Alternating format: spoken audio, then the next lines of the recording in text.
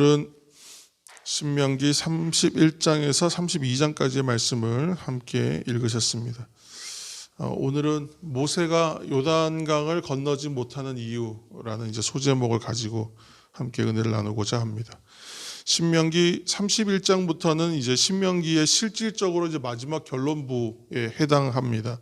지난 30장까지의 이야기들이 모세가 이스라엘 백성들을 향해서 해 주어야 할 이야기들은 거진 다 해준 것입니다. 하고 싶은 말, 해야 할 말, 이런 말씀은 다 한 것입니다. 그리고 오늘 31장 1절에서 2절을 이렇게 시작하고 있는데 31장 1절에서 2절까지의 말씀을 제가 공동 번역으로 한번 읽겠습니다. 모세는 계속하여 온 이스라엘에게 이 모든 말을 하였다. 그는 이렇게 말하였다. 내 나이 이제 120살이 지나 다시는 일선에 나설 수 없는 몸이 되었다. 여호와께서는 나에게 너는 이 요단강을 건너지 못한다. 이렇게 말씀하셨다. 이렇게 되어 있습니다. 이제 120세의 나이가 된 모세는 하나님이 맡겨주신 말씀을 백성들에게 모두 다 전했다. 그렇게 말하는 것입니다. 자신에게 맡겨진 거대하고 놀랍던 그 미션, 사명을 모두 마치는 자리에서의 자신의 마지막 소감을 이야기하고 있습니다. 거룩한 성도의 삶이라는 것은 경중은 물론 차이가 있겠지만 사명은 각자 있지 않습니까? 그래서 그 각자의 사명이 크든지 작든지 간에 그 삶을 마치는 자리에 설 때에는 누구나 그 일에 대한 소감이 분명히 있을 거예요. 감회가 남다를 것입니다. 그러니까 모세가 지금 사명을 마치는 자리에서 그리고 생애 마침을 얼마 안 된 앞두고 있는 자리에 서 있는 것이죠. 우리가 그 34장 내일 읽을 34장 7절 말씀을 보시면 모세가 죽을 때 나이가 120세였으나 그의 눈이 흐리지 아니하였고 기력이 쇠하지 아니하였다. 이렇게 기록하고 있습니다.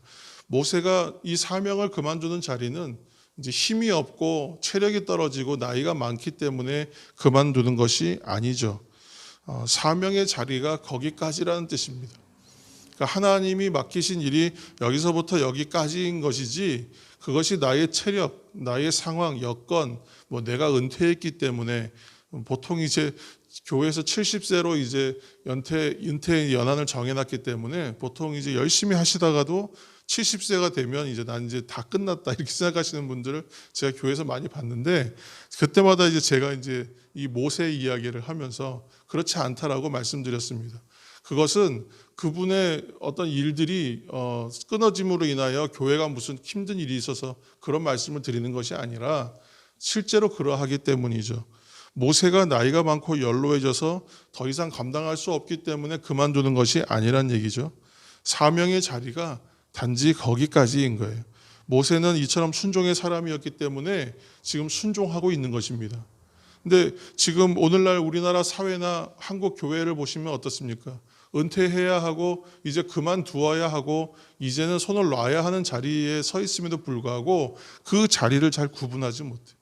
그래서 거기서 더 욕심을 부리고 자신의 판단을 하고 누가 보기에도 이제는 이제 그만해야 되겠는데 본인은 아니라 난 더 할 수 있다. 난 내가 해야 된다.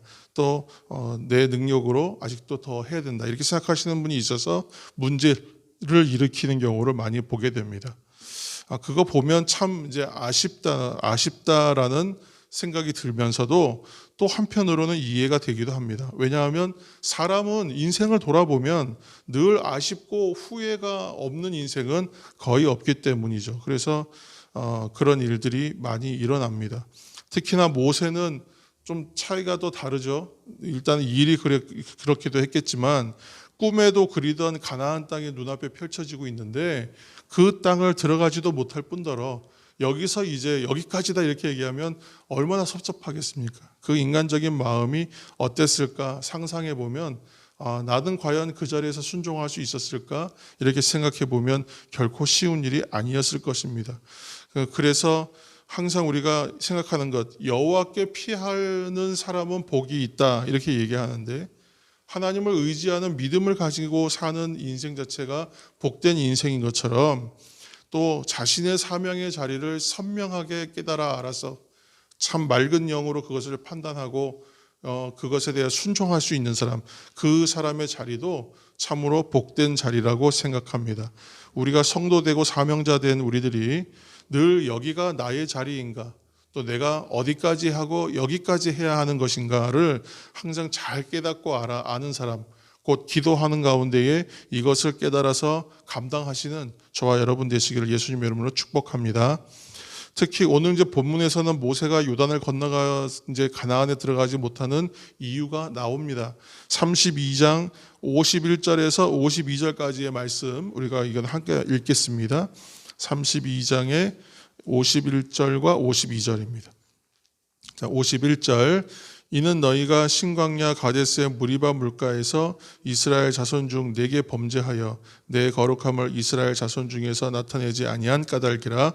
내가 비록 내가 이스라엘 자손에게 주는 땅을 맞은편에서 바라보기는 하려니와 그리로 들어가지는 못하리라 하시니라. 아멘.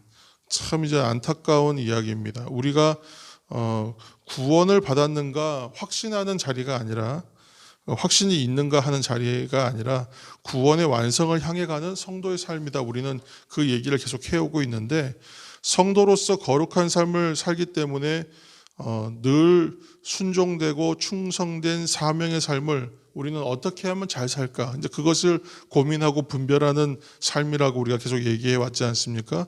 근데 지금 모세는 그런 관점에서 볼 때 확실히 구원받은 인생이죠.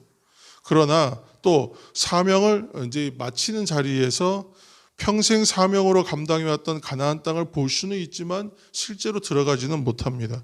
그러니까 모세가 들어가지 못하는 이유로 첫째는 성경에서 밝히고 있는 것은 신광야 가데스의 그 무리바 물가에서의 불순종 때문이다라고 얘기합니다. 그러니까 이스라엘 공동체가 가나안으로 가는 여정에서 만났던 가장 기본적인 어려움은 물이 없다는 거였어요. 마실 물이 없다. 이게 생존에 관한 문제였지 않습니까? 삶의 질이 아니라 이건 생존에 관한 문제였잖아요. 그래서 무리바에서 물 때문에 거의 반역하는 수준의, 우리가 꼭 하지 말았으면 좋겠다고 얘기했던 원망과 불평을 거의 반역하는 수준으로 쏟아냈습니다. 이 상황에서 이제 모세를 대적했는데, 백성들이 모세를 대적하는 것이 아니라 실제 내용은 이건 하나님에 대한 불순종이다, 이렇게 하나님 해석하고 계신 것이거든요. 그래서 이 원망과 불평이라는 것은 감정적인 문제가 아니라 이것은 불신앙과 불순종의 문제로 다뤄야 되는 것이다. 그래서 우리가 하나님 앞에 마음껏 기도하고 하나님 앞에서 어떠한 의사표현도 가능하지만 불평과 원망은 되도록이면 피했으면 좋겠다라고 말하는 이유가 이 성경에 이런 내용들이 되게 명확하게 명시되어 있기 때문에 이것은 우리가 하지 말아야 될 일들입니다. 그래서 무리바 물 사건을 하나님과 다투었다라고 성경은 표현하고 있습니다.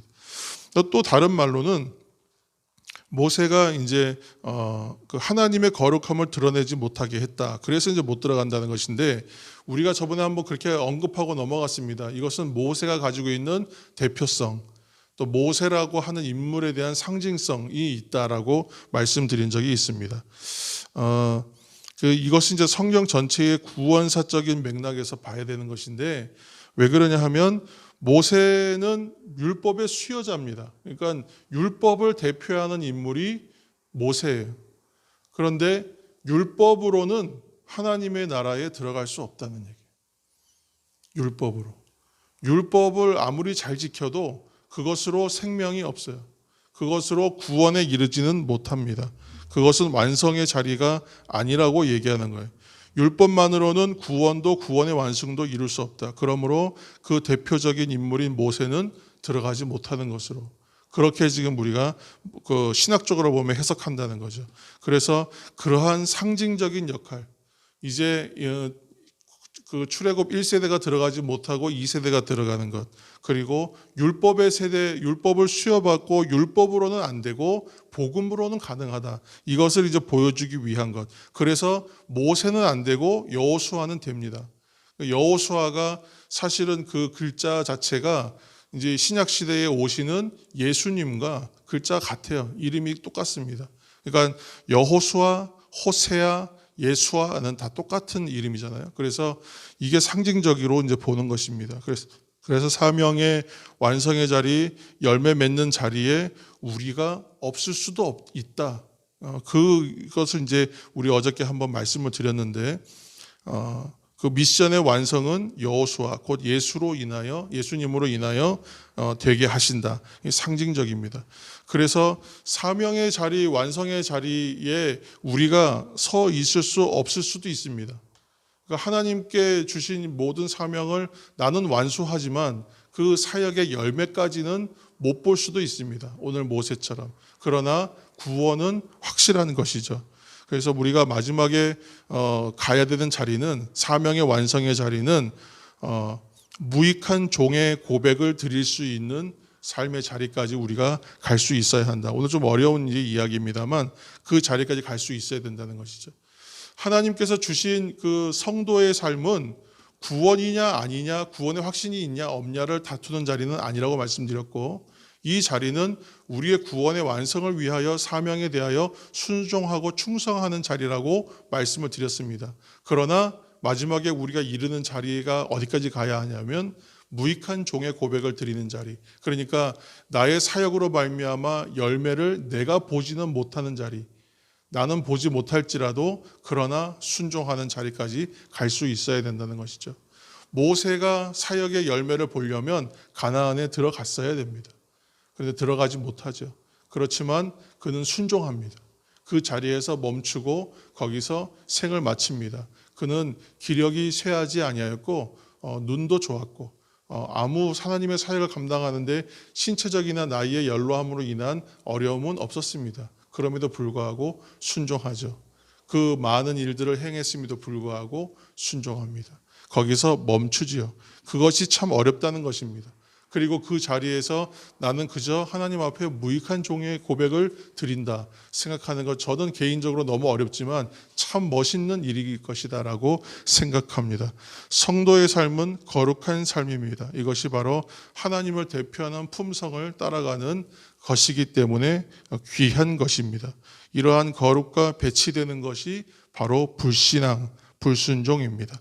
마사와 무리바는 다퉜다. 하나님 뜻에 순종하지 못하였고 하나님을 믿지 못하는 불신의 자리였다는 것을 여러분 생각하시면서 우리들 자리에서도 마사와 무리바와 같은 자리가 있지는 아니한가. 내가 이제 요단강 앞에 서서 마지막 이제 약속의 땅을 들어가지는 못할지라도 여기까지라고 말씀하실 때에 나는 그 일에 순종하여 무익한 종의 고백을 멋있게 드릴 수 있는 성도의 삶을 나는 걸어갈 수 있을 것인가. 또 이 오늘 하루도 그렇게 쌓아가시는, 또 오늘 하루도 그렇게 승리하셔서 성숙한 그리스도 성도의 삶의 자리로 나아가시는 우리 모두가 되기를 예수님의 이름으로 축원합니다.